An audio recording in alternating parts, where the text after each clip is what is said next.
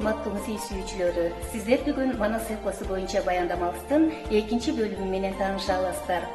Бет алыңыздардагы диорама Манастын Алтай жериндеги алгачкы беттешүүсү деп аталат.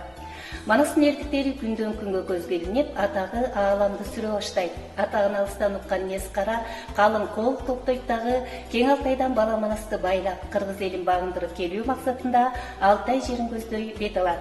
Кабарын уккан Манас жергиликтүү калктан калың кол топтойт дагы алуучу Кытай сен эмес, алдырчу кыргыз мен эмес, чабуучу Кытай сен эмес, чаптырчу кыргыз мен эмес деп Нескараны бет алынан тосуп чыгат. Ошондо бит келген Нескара Манастын карача кабыланы капталында камынганын, чолок көк жала арстаны бет алында чамынган сүрүн көрөт дагы сүрүүнү даай албай качып кутулуп, натыйжада Кытай кошуну жеңилүүгө дуушар болот. Согуштан кийин кыргыздар согушта курман болгон жоокерлерге балбал таштарды эстелик катарында сый, урмат кылып тургузуп кете беришкен. Жогорку фондо сол жамбашта 5 сала кан бар ата тагы бар, маңдайында багы бар, кулагында шамы бар, куюндан бүткөн жаны бар, Манастын минген аты Ак Куланын элеси чагылдырылган. Бул экспозицияда 1995 жылы Манас эпосунун 1000 жылдык маарифесине карата Жакып Сааданбеков тарабынан күмүш кооздолуп жасалган ат жабдыгы орун алган. Бет алыңыздардагы экспозиция Манастын кан тактысы деп аталат. Ак кийиске чайып алтып, ак батага жайкалтып, төрө Манас хан болду, бүт ааламга дан болду дегендей, Манасты кырк чоросу алтырым ак кийиске отурушат дагы, ак жолтой хан болсун деп кыргыз элине хан кылып көтөрүшөт. Арткы фондо урук тамгалары басылган асабалар жана Манастын теңирчилик хандыгынын айтамгасы орун алган. Бул айтамга бүгүнкү күндө Талас областынын эмблемасы катарында кабыл алынган. Айтамганын чечимине кетсек, үстүндөгү жарты ай аяаламды түшүндүрсө, астындагы сызыкча жердин бетин билдирет. Ал эми экөөнүн бириктирген ортодогу 4 бурчтуктуу маржа асман менен жер ортосундагы адам затынын жашоо тиричилигин чагылдырса, эки жагындагы эки мүйүзчө кыргыз элинен алакан жайып бата билүүсүн түшүндүрөт. Жогорку фондо Манас Баатырдын түш аянын чагылдырган сүрөттөрү орун алган. Күндөрдүн биринде Манас Баатыр жатып түш көрөт, түшүндө буудайык жана мифологиялык жан жаныбарлардын түшүнүксүз элесин көрөт. Түшүнүн 40 чоросунун бири Ажыбайга жоорутса, асмандан мунар жоошулат, айкөлүм сенин өзүңө, эми Алманбет келип кошулат деп. Алманбет Баатыр Манаска келип кошуларда көргөн түш аянын чагылдырган сүрөттөрү орун алган. Бул экспозицияда мылтыктардын эң алгачкы түрлөрү, ак тикенде жана ак баран өңдүү түтөтмө мылтыктар. Бет алыңыздардагы диорама кыргыздардын Алтайдан Алатоога көчкөн улуу көчү деп аталат.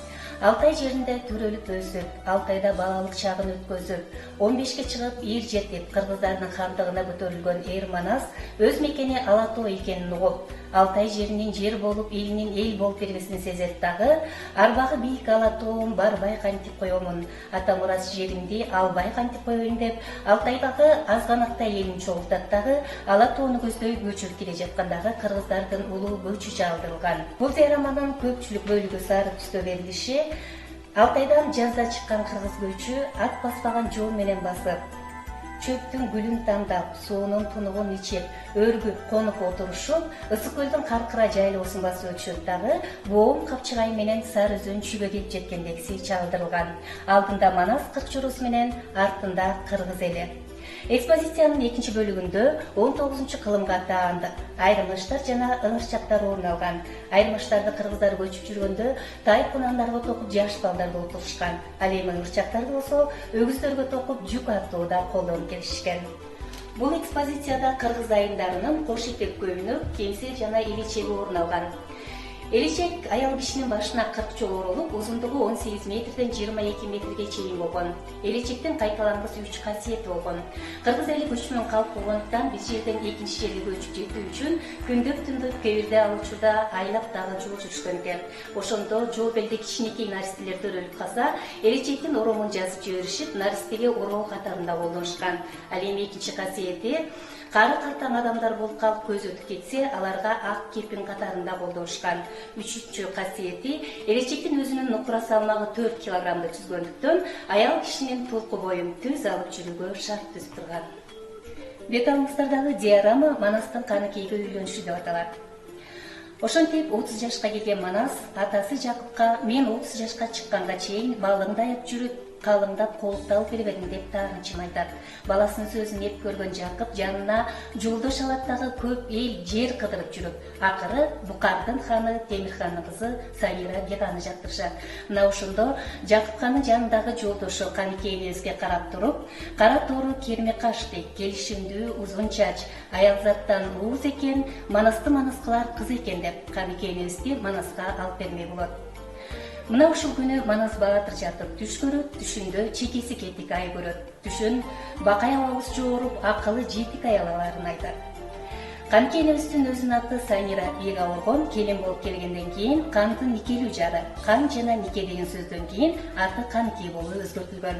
Ал эми арткы фондо салт боюнча Жакып бакай аталарыбыз баш болуп, алтын күмүш зер жыйнап, Кудага түшү аземи чагылдырылган. Көргөзмөнүн экинчи бөлүгүндө 18 кылымга таандык, башкача айтканда 300 жыл жашап келе жаткан жез кунгандын түрлөрү орун алган. Бет алыңыздардагы диорама Алоки хандын качышы деп аталат.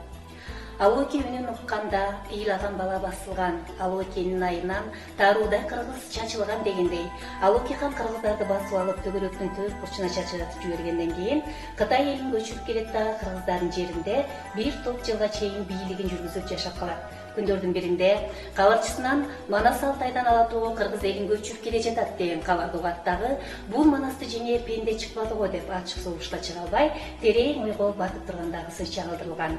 Ал эми арткы фондо болсо Кытай эли кыргыздардын жерин таштайт дагы, Кытай тараптуу көздөй бет алып качып бара жаткандагысы чагылдырылган. Бет алыңыздардагы диорама Көкөтөй хандын ашы деп аталат. Манас баатырдын доорунда Ташкент элин бийлеген, байлыгы ашыкташкан Көкөтөй аттуу хан болгон. Санжыргалуу Көкөтөйдүн көзү өткөндөн кийин анын жалгыз уулу Бокмурун атасына арнап төгөрөктүн төрт бурчунан конок чакырып чоң аш өткөзмөй болот. Мына ошондо Бокмурун чогулуп турган аксакалдарга кеңеш кылат. Ашты дейт кайсы жерге өткөрсөм болот, ашка кайсы жер ылайыктуу десе, бирөөсү алай жерин айтса, бирөөсү суусамырды айтат. Бирок көпчүлүк ага макул болгон эмес. Ошондо Кошой аксакалыбыз чыгып, күн батыш жагы ысык көл дейт, ар тарабы бирдей жер.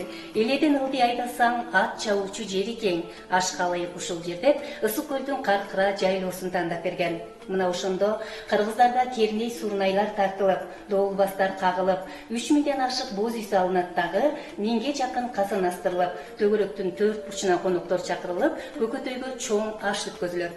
Диорамада ак куланы минип Манас жан жүйкөлөрү менен ашка келе жаткан болсо, Бокмурун аштын ээси катары өзүнүн эң мыкты күлүгү маанкерди Манаска сый урмат катарында тартуу кылып күтүп тургандагысы чагылдырылган. Урматтуу музей сүйүүчүлөрү, ушуну менен сиздерге арналган Манас эпосу боюнча баяндамабыздын экинчи бөлүмү соңуна келип жетти. Кайрадан 3-бөлүмдө жолугушканча сак саламатта туруңуздар.